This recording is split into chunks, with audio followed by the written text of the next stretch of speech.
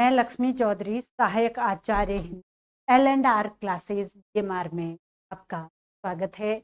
आज दिनांक 9 सितंबर 2024 का दिन और हिंदी सहायक आचार्य का आज पेपर संपन्न हुआ है और पेपर काफी अच्छे स्तर का रहा है। संस्कृत शिक्षा विभाग का ये था। अब जो इसका प्रथम प्रश्न पत्र है उस पर हम बात करते हैं, उसमें किस प्रकार के प्रश्न आए हैं और उनकी उत्तर कुंजी के विश्लेषण पर पहले प्रश्न को देखते हुए बात करते हैं। तो निम्नलिखित में से मार्क्सवादी आलोचक नहीं है, तो मार्क्सवादी आलोचक कौन कौन है ये हमें पता होना चाहिए और नहीं पर ध्यान देना है। नहीं पूछा है तो कॉर्डवेल प्रमुख है, रॉल्फ फॉक्स भी है और लुकाच भी प्रमुख मार्क्सवादी है। जॉन क्रो रैनसम मार्क्सवादी आलोचक नहीं है।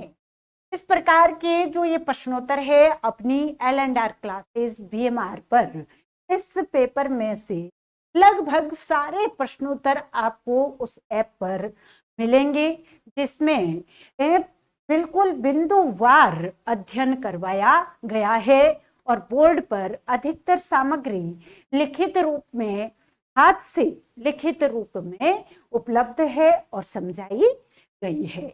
और आपको हूबहू पंक्तियां जैसे कि पिछली बार भी हुआ था वैसा का वैसा इस बार भी हूबहू सवाल देखने को मिलेंगे। इलियट के अनुसार किसी कवि का मूल्य निर्धारण किस प्रकार किया जा सकता है? जो दिवंगत कवि है अर्थात मृत कवियों की सापेक्षता में इलियट कहते हैं कि वर्तमान कवियों का मूल्यांकन होना चाहिए, मूल्य निर्धारण होना चाहिए। अब सूची फर्स्ट और सेकंड को सम्मिलित करना है। बहुत ही आसान सवाल आया, पहले से ही हो रहा है। अरस्तु कला प्रकृति की अनुकृति है, यह बात कहते हैं और इसी से हो रहा है ये सवाल। देखिए क का 3 4 नंबर में है, क का 3 कला प्रकृति की अनुकृति है। ख का 1 हो जाएगा, कला आंतरिक होने के साथ अखंड है। कला को अखंड कौन कहते हैं? क्रोचे कहते हैं। और कॉलड्रिज क्या कहते हैं कि भाषा मानव मन का शस्त्रागार है। ये भी कथन बहुत महत्वपूर्ण है। आगे जो तैयारी करने वाले लोग हैं उनके लिए ये सारे कथन महत्वपूर्ण हो जाते हैं, पेपर महत्वपूर्ण हो जाते हैं। तो भाषा को मानव मन का शस्त्रागार कौन मानते हैं? कॉलड्रिज मानते हैं, जिन्होंने जादू शक्ति कहा था कल्पना को। और इलियट कहते हैं कि कविता कवि व्यक्तित्व की अभिव्यक्ति नहीं, व्यक्तित्व से पलायन है। ये तो इनकी टैगलाइन सी है, व्यक्तित्व पलायन। कविता को कौन मानते हैं? तो इलियट। अगला है, आवेश राजनीति का दुश्मन है। राजनीति में विवेक चाहिए। शुरुआती जब महाभोज पढ़ते हैं तो शुरुआती 2-3 पेज में ये बात आ जाती है। दास साहब और लखन का वार्तालाप चल रहा होता है और लखन को समझाते हुए दास साहब कहते हैं कि आवेश राजनीति का दुश्मन है। जब लखन किस में आ जाता है? आवेश में आ जाता है, तेज में आ जाता है, तब दास साहब उसको समझाते हैं कि आवेश राजनीति का। दास साहब की बातें तो बड़ी बड़ी है, लेकिन जब हम शुरुआती पंक्तियां पढ़ते हैं तो उनका बड़ा विराट व्यक्तित्व हमारे मन में बन जाता है। लेकिन जैसे जैसे आगे बढ़ते हैं, महाभोज समाप्ति की ओर जाता है, वहां दास साहब की जो राजनीति पर बड़ा प्रश्न ही दिखाई दे। निम्नलिखित में से हाड़ौती को सर्वाधिक प्रभावित कौन करती है? सर्वाधिक प्रभावित करने वाली ढूंढाड़ी है, जिसकी हाड़ौती उपबोली भी मानी जाती है। हाड़ौती हालांकि ढूंढाड़ी और मारवाड़ी दोनों से प्रभावित माने जाते हैं, लेकिन सर्वाधिक अगर हाड़ौती पर किसी का प्रभाव है तो वो कौन सी है? वो है ढूंढाड़ी। संविधान के अनुच्छेद किस अनुच्छेद में उच्चतम न्यायालय में प्रयुक्त की जाने वाली भाषा के संबंध में उपबंध किया गया है। सीधा सा सवाल आया है, उच्चतम न्यायालय में प्रयुक्त की जाने वाली भाषा संविधान के कौन से अनुच्छेद में है? सबसे सरलतम सवालों में ये सवाल माने जाते हैं। तो एक बार फिर बता दें कि हमारे जो एल&आर क्लासेस ऐप है, उस ऐप पर ये सभी प्रश्नोत्तर आप हूबहू एज ए नोट्स मिल जाएंगे, कहीं प्रश्नोत्तर के रूप में मिल जाएंगे, कहीं टेस्ट सीरीज के रूप में मिल जाएंगे। समुच्चय बोधक अव्यय के विषय में असंगत विकल्प है। समुच्चय बोधक अव्यय में ये नहीं है, सॉरी गलती से लगाया है। समुच्चय बोधक अव्यय के मुख्यतः 3 भेद है, 3 नहीं है, 2 ही भेद है, समानाधिकरण और वैधिकरण। समानाधि और वैधि, समानाधि और वैधि 2 ही भेद है, तीसरा कोई मुख्य रूप से भेद नहीं है। तो मुख्य भेद कितने हो गए? 2 ही हुए। ये 3 भेद वाली पंक्ति गलत है और बाकी सब सही है। और तथा ये सारे तो समुच्चय बोधक है ही। उसके साथ ही साथ वह एवं भी है। जिन अवयवों के द्वारा मुख्य वाक्य जोड़े जाते हैं उन्हें हम क्या कहते हैं? समानाधिकरण समुच्चय बोधक कहते हैं। गीतिका छंद की विशेषता नहीं है। गीतिका छंद की विशेषता नहीं है। क्या पूछा गया है? नहीं है। पहला ही है, चरणांत में तुक मिलती है। चरणांत में लघु गुरु आता है। एक चरण में 26 मात्राएं, गीतिका में 26 होती है और हरि गीतिका में कितनी होती है? 28 होती है। और यह मात्रिक विषम नहीं है, चारों चरणों में समान मात्राएं हैं। तो क्या है? ये सम है। ऐसा है? सम छंद है। सम छंद है तो ये होगा 4 नंबर। कुंतक के अनुसार समानार्थी शब्दों में से किसी एक विशिष्ट अर्थ के द्योतक शब्द के प्रयोग से रचना में सौंदर्य उत्पन्न करने का कवि कौशल क्या कहलाता है? समानार्थी शब्द आ रहा है तो सीधा समानार्थी। समानार्थी किसे कहते हैं? पर्याय को कहते हैं। तो पर्याय वक्रता हो जाएगी। सीधा सा दिमागी खेल, सीधा सा दिमागी खेल। दिगंत पंथ दिल्ली निशान सुख भयो, सुख जब मिलो आन। संदेश सुनत आनंद नैन, उमगिए बाल मनमथ तैन। उक्त काव्यांश में किसके आनंद का उल्लेख है? पद्मावती को जैसे ही संदेश मिल जाता है कि सुख वापस आ रहा है और उनके साथ ये संदेश मिलता है कि पृथ्वीराज है वो दिल्ली दिशा से आ रहे हैं, तो पद्मावती बहुत अधिक दुखी हो जाती है। बहुत अधिक उसे सुख मिलता है। पहले बिल्कुल मैले कुचेले वस्त्र पहने हुए बैठी थी, झटपट से मंदिर जाने के लिए गौरी पूजन करने तैयार हो जाती है। 2 आदमी जितना ज्यादा साथ रहे, एक हवा में सांस ले। परेशान बड़ी लड़की आधे अधूरे में, नाम से ही पता चल जाता है देखते ही। आधे अधूरे। बड़ी लड़की किससे कहती है? अपनी माँ से और उसके साथ ही साथ अपने पिता से, जो वहां पर पुरुष एक नाम से ये नामजद है। वो कहती है कि 2 आदमी जितना ज्यादा साथ रहते हैं, एक हवा में सांस ले, उतना ही ज्यादा अपने को एक दूसरे से अजनबी, अलग हुआ महसूस करते हैं।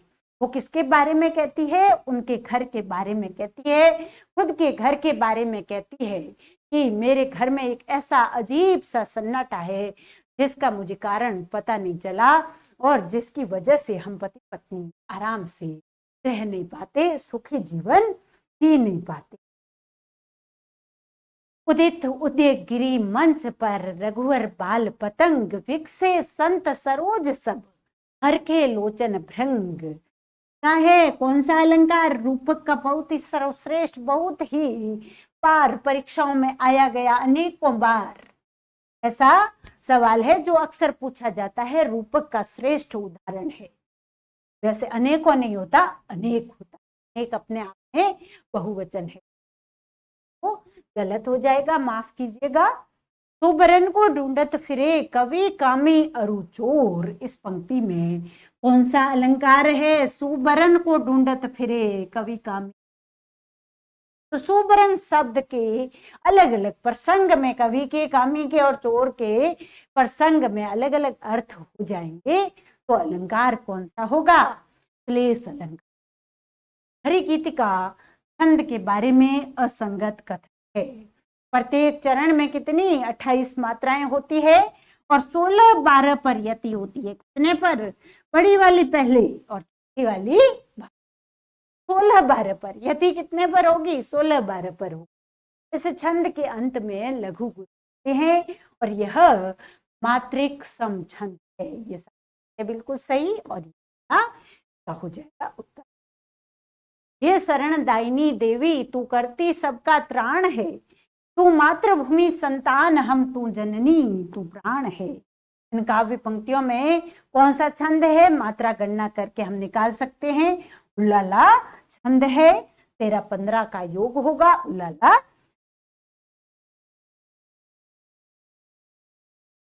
जागिए न सोइए, बिगोइए जन्मू जाए, दुख रोग रोइए, कलेशों को काम को। उक्त पंक्ति में रेखांकित अंश का भावार्थ होगा।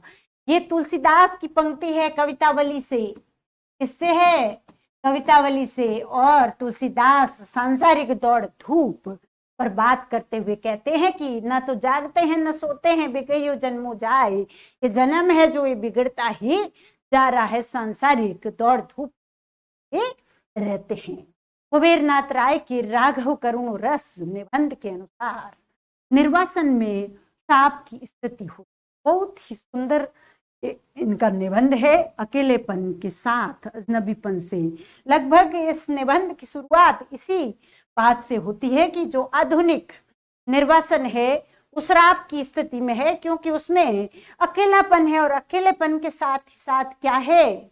अकेलेपन के साथ ही साथ है अजनबीपन। और ये निर्वासन सबसे खतरनाक है। राम अकेलेपन में रहे थे, अजनबीपन में नहीं। जहां भी रहे अपनापन मिला। लेकिन आज हमारी स्थिति यह है कि हम अपने पड़ोसी को भी अच्छे तरीके से अजनबीपन बहुत खाए जा।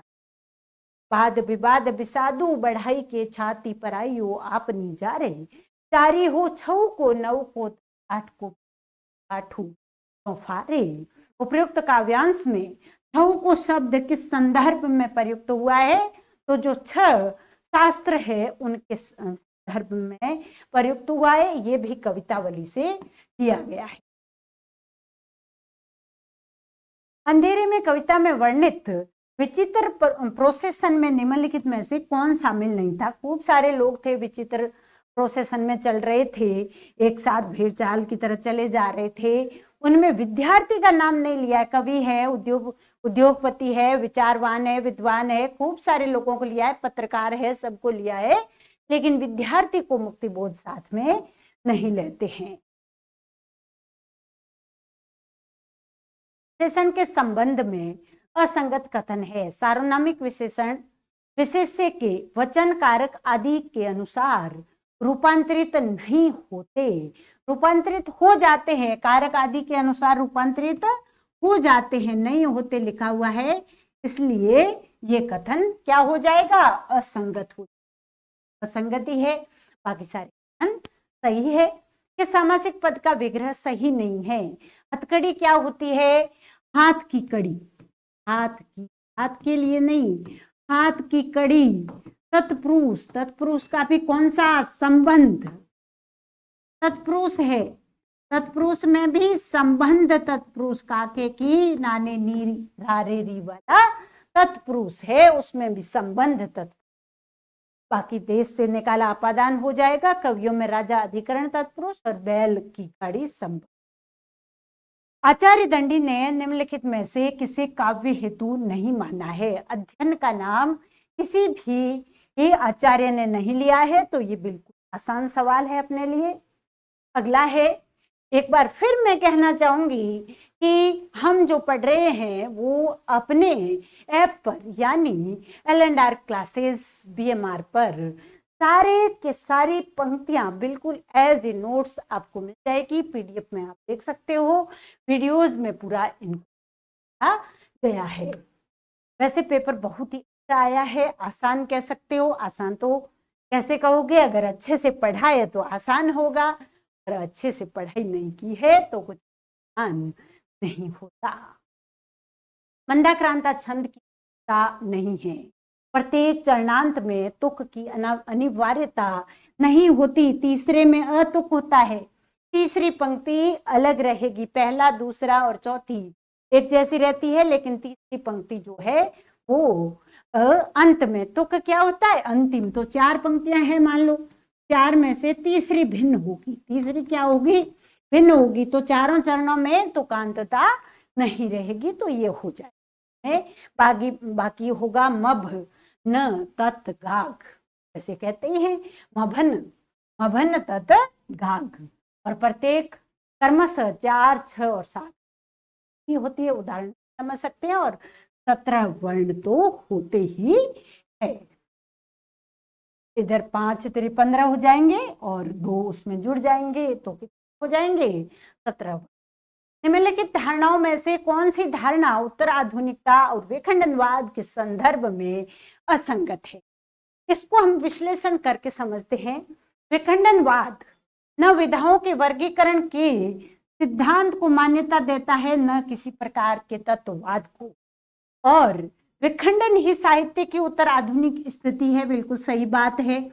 विखंडनवादी दृष्टि का मानना है कि हर पाठ की एक से अधिक व्याख्या हम कर सकते हैं।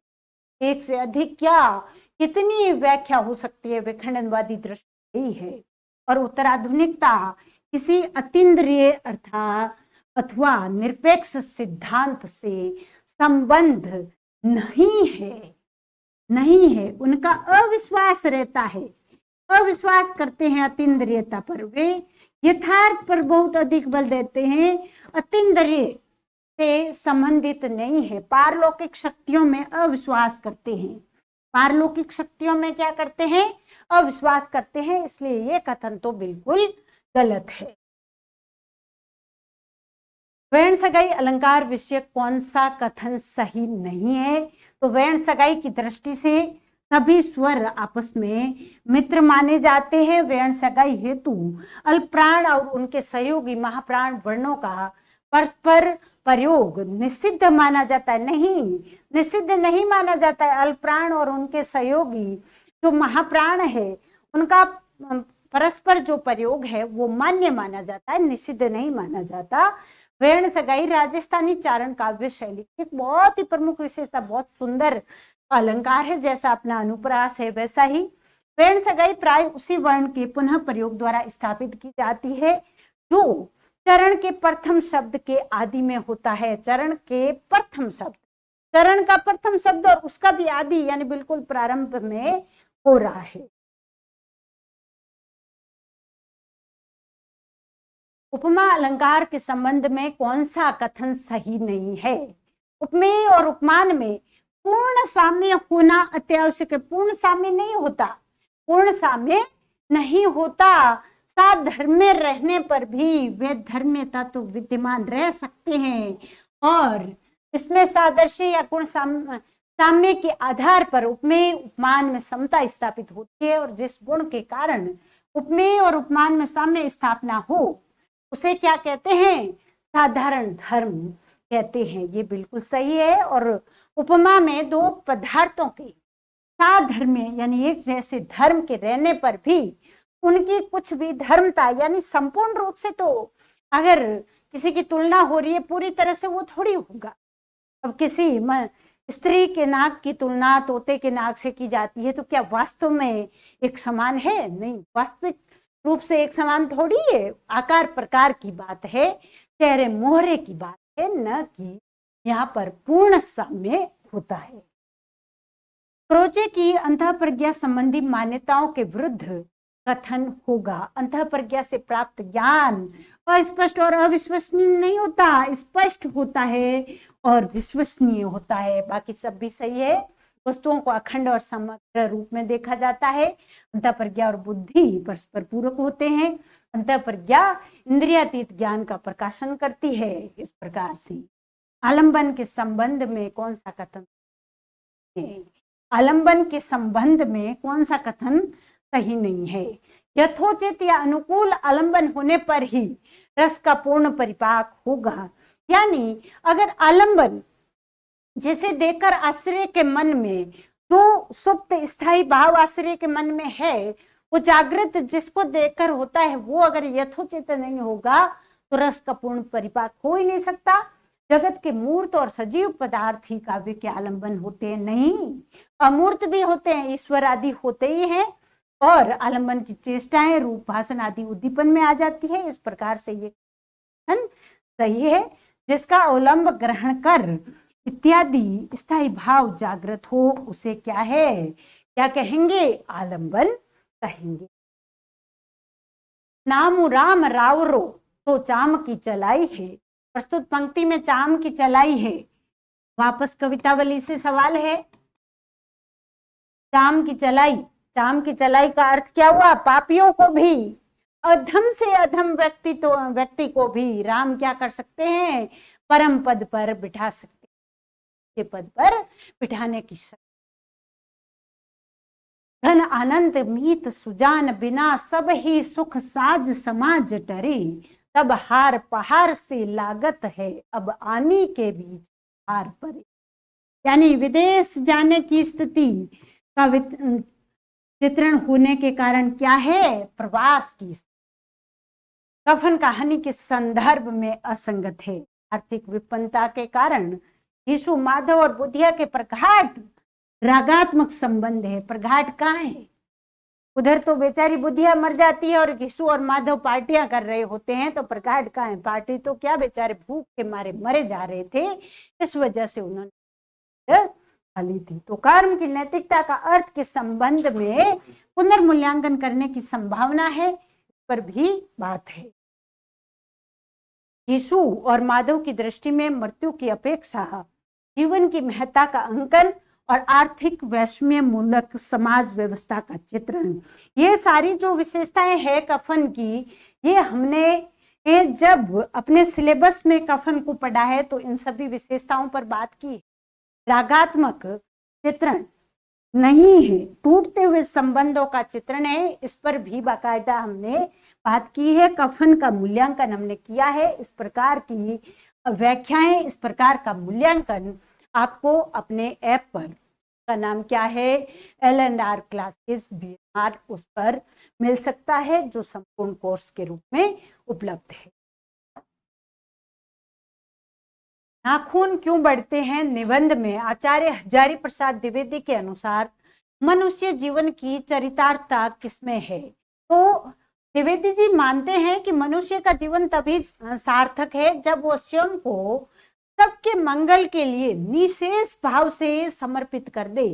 यानी किसी भी प्रकार के स्वार्थ से परे होकर अपने आप को दूसरों के लिए समर्पित कर दे, दूसरों के मंगल के लिए, भले के लिए। बिरहनी उभी पंथ सिरी पंथी बूझे धाई, एक शब्द कही पीव का कब्रे मिलेंगे आई। कबीर का है और आत्मा परमात्मा की बात हो रही है और दुल्हन की बात हो रही है, विरहनी की बात हो रही है, सीधी सी बात है। आप भावात्मक रहस्यवाद पर टिक कर कहीं भी गलत भावना ही नहीं है। और इन पर हमने अपने कबीर को पढ़ते वक्त भावात्मक, साधनात्मक रहस्यवाद, द्वैतवाद, इन पर बहुत ही अच्छे तरीके से बातचीत की है। कहो कहा कहिए या नभ को कैसे उर में आने। नभ शब्द, नभ है शून्य, शून्य या आकाश किसका प्रतीक है? निर्गुण ब्रह्म का। दास निर्गुण ब्रह्म का विरोध करते हैं और इसलिए वो कहते हैं कि ये नभ जो है, गोपियां कहती है कि वो हमारे हृदय में कैसे समा सकता है। अर्थात आपका जो निर्गुण ब्रह्म है वो हमारे हृदय में नहीं समा सकता। हमारे हृदय में तो हमारे मुरारी, हमारे कृष्ण ही समा सकते हैं। इस आचार्य ने प्रतिभा को एकमात्र काव्य हेतु स्वीकार किया। आंख बंद करके करे जैसा सवाल है, बिल्कुल आसान सा। जगन्नाथ ने इसमें कोई दो राय नहीं। ये सारे प्रश्नोत्तर बड़े ही शानदार प्रश्न, और हमारे जो एल&आर क्लासेस ऐप है उस पर ये सारे आपको हूबहू मिल जाएंगे। का प्रूफ भी मैं आपको देने वाली हूँ। नामवर सिंह के अनुसार पृथ्वीराज रासो की भाषा है पिंगल। लॉन्जाइनस का उदात्त विषय काव्य शास्त्रीय ग्रंथ किस शैली में अपने शिष्य को पत्र लिख रहे थे? तेरंतियस वाली बात है तो सीधी सी बात है कि पत्र शैली होगी। तो विखंडनवाद का पाठ यानी टेक्स्ट और पढ़त यानी रीडिंग संबंधी मान्यताओं के विरुद्ध कथन है, यानी असंगत कौन सा है, गलत कौन सा है? इसका मानना है कि भाषा पर तो वश नहीं, किंतु पढ़त यानी रीडिंग तो वश में है, पढ़ना तो वश में है, हम अपने तरीके से पढ़ सकते हैं। इसके अनुसार अर्थ पाठ से परे अथवा निकट नहीं, पाठ के भीतर रहता है। पाठ के भीतर अर्थ है, उसे हम अपने से समझ सकते हैं, और यह पाठ को बंद पाठ के रूप में पढ़ने की हिमायत करता है। बंद पाठ के रूप में नहीं, पाठ के अनेक संदर्भ खोलने की बात करते हैं देरिडा, विखंडनवाद के प्रस्तोता। ये पाठ के निर्धारित अर्थ को विस्थापित और विखंडित करने पर बल देते हैं। बिल्कुल विखंडित और विस्थापित करने का पूरा प्रयास करते हैं देरिडा। किस मार्क्सवादी आलोचक ने पाठ को एक रचना या आत्मनिर्भर कलाकृति समझने की बजाय उत्पादन घोषित कर दिया था? वे थे टेरी ईगल्टन। टेरी ईगल्टन ने क्या किया था? पाठ को एक उत्पाद गोदान उपन्यास के संबंध में असंगत विकल्प है। महाजनी सभ्यता का बहुत ही जानदार चित्रण करते दिखाई देते हैं। महाजनों के तुंगल में किसान कैसे आते हैं उसका विश्लेषण करते प्रेमचंद दिखते हैं। भाषाई वैविध्य, पात्रानुकूल भाषा का प्रयोग करते हैं, और किसान की मजदूर में परिणति बिल्कुल हो रही। शुरुआत में क्या था? किसान था, और अंत में जब उसकी मृत्यु होती है तब वो एक सड़क पर मजदूरी करता था, पानी की कमी से और बुखार आने या चक्कर आने की वजह से मर। पर नगरीय जीवन का प्रामाणिक पर्याप्त चित्रण न होकर के मुख्य रूप से किसका चित्रण है? ग्रामीण जीवन का, किसान जीवन है, तो प्रमुख रूप से ये नहीं होगा। इनमें से ध्वनि मार्गी आचार्यों में किसे परिगणित नहीं किया? तो महिम भट्ट ध्वनि विरोधी माने जाते हैं। ध्वनि विरोधी आचार्यों में माने जाते हैं कौन? महिम भट्ट। क्रोचे का अभिव्यंजनवाद उनके किस ग्रंथ में विवेचित हुआ? तो एस्थेटिका कहते हैं, उसमें अभिव्यंजनवाद है। संविधान के अनुच्छेद 120 में है संसद में भाषा, और 210 में है राज्य में भाषा, संसद में प्रयुक्त भाषा। परसे मघा झकोरी झकोरी नागमती वियोग खंड, मोर तुई नैन चुए जरा ओरी। ओरी शब्द का अर्थ मारवाड़ी में हम बोलते हैं औरी, औरी बोलते हैं, यहाँ पर ओरी लिखा हुआ है। ओरी यानी ओलती, ओरी यानी ओलती। जब बारिश होती है तो झोंपड़ा इस टाइप का बना हुआ है, उसके आगे ओलती बनी रहती है, उस ओलती से पानी झरकर नीचे उतर जाता है, जिससे अंदर की साइड पानी न जा पाए। कहते हैं खाजन के किनारे का वह छोर जहां से पानी भूमि पर गिर जाता है और अंदर की साइड नहीं जाता। माई मेरी हरी न बूझी बात, या पिंड माही प्राण पापी, निकसी क्यों न जात। सीधा ही पिंड शब्द का अर्थ पूछा है। पिंड हम किसे कहेंगे? शरीर को ही तो पिंड कहते हैं, पिंड में ही तो आत्मा रहती है। काव्य के प्रयोजनों में प्लेटो सबसे कम महत्व किसे देते हैं? तो उपदेश को बहुत अधिक प्लेटो महत्व देते हैं, नैतिकता को भी बहुत अधिक, उपयोगिता को भी, और आनंद को सब तो देते हैं। आयो घोष बड़ो व्यापारी सूर का है, और भ्रमर गीत सार से लिया गया है। क्या कहती है गोपियां कि हमारे घोष, हमारे गांव में हमारे हमारे ग्वालों की भूमि में कौन आया है? एक बड़ा व्यापारी आया है। बड़ा व्यापारी किसे कह रही है? नियुक्ति में कह रही है बड़े व्यापारी के तौर पर, क्योंकि वो ज्ञान का भंडार लेकर आया था। तो व्यापारी किसे कहा? उद्धव को। तो यहाँ गोपियों के कथन में भर्सना संचारी भाव है। हालांकि 23 संचारियों में नाम नहीं है, लेकिन जैसा कि आचार्य शुक्ल कहते हैं संचारी भावों की संख्या कितनी भी हो सकती है। तो भर्सना का भाव है, यानी उद्धव को जलीकटी सुना रही है, उसे डांट रही है, इसलिए यहाँ पर भर्सना का भाव है। निर्गुण के प्रति बिल्कुल असहमति है। गोपियों द्वारा उद्धव के ज्ञान योग पर व्यंग्य है, लेकिन प्रथम पंक्ति में श्लेष नहीं है। पूरे में अन्योक्ति मिल जाएगा या फिर रूपक मिल जाएगा, लेकिन श्लेष अलंकार नहीं। हिंदी भाषा का मध्यकाल डॉक्टर भोलानाथ तिवारी के अनुसार कौन सा समय है? 1500 से लेकर 1800 के समय को हिंदी भाषा का मध्यकाल कहते हैं डॉक्टर भोलानाथ तिवारी। आधुनिक हिंदी का मध्यकाल 1500 से लेकर 1800 ईस्वी। इसके अनुसार भोलानाथ तिवारी के इस विकल्प के सभी शब्द वर्तनी की दृष्टि से शुद्ध है।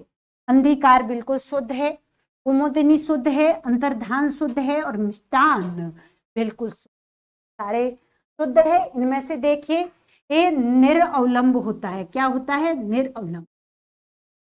निर्धन, निर्धन हो जाएगा क्या? अवलंब। निर्धन तो निर ऐसे होगा और उसमें अ जुड़ेगा तो निर ही रहेगा, निरा गलत हो जाएगा। और इधर आह्लाद होता है, ना कि आह्लाद।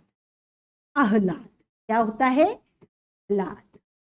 इसी प्रकार से खूब सारे शब्दों को हम देख सकते हैं। इधर पूजनीय, पूजनीय होता है, पूजनीय कोई शब्द ही नहीं होता। प्रशंसा भी गलत है। जम करी मुंह तर हरि पर्यो, इही धर हरि चित लाऊं, विषे त्रिषा परि हरि अजो नर हरि गाऊं। यहाँ बिहारी की ये पंक्ति है और बिहारी कहते हैं कि हे जीव, तुम अब तो यम के मुख में पड़े हो, यानी बुढ़ापा नजदीक आ रहा है। अब तो थोड़ा अब तो चित्त में लाओ कि ये विषय और तृष्णा है, इनको छोड़ के और ईश्वर का नाम नरहरि यानी ईश्वर का नाम जप लें, जिससे कुछ भला हो जाए। तो यहाँ कौन सा भाव है? सीधा सा केंद्रीय भाव क्या होगा? भक्ति। अगली कड़ी में आगे फिर हाजिर होते हैं प्रश्न।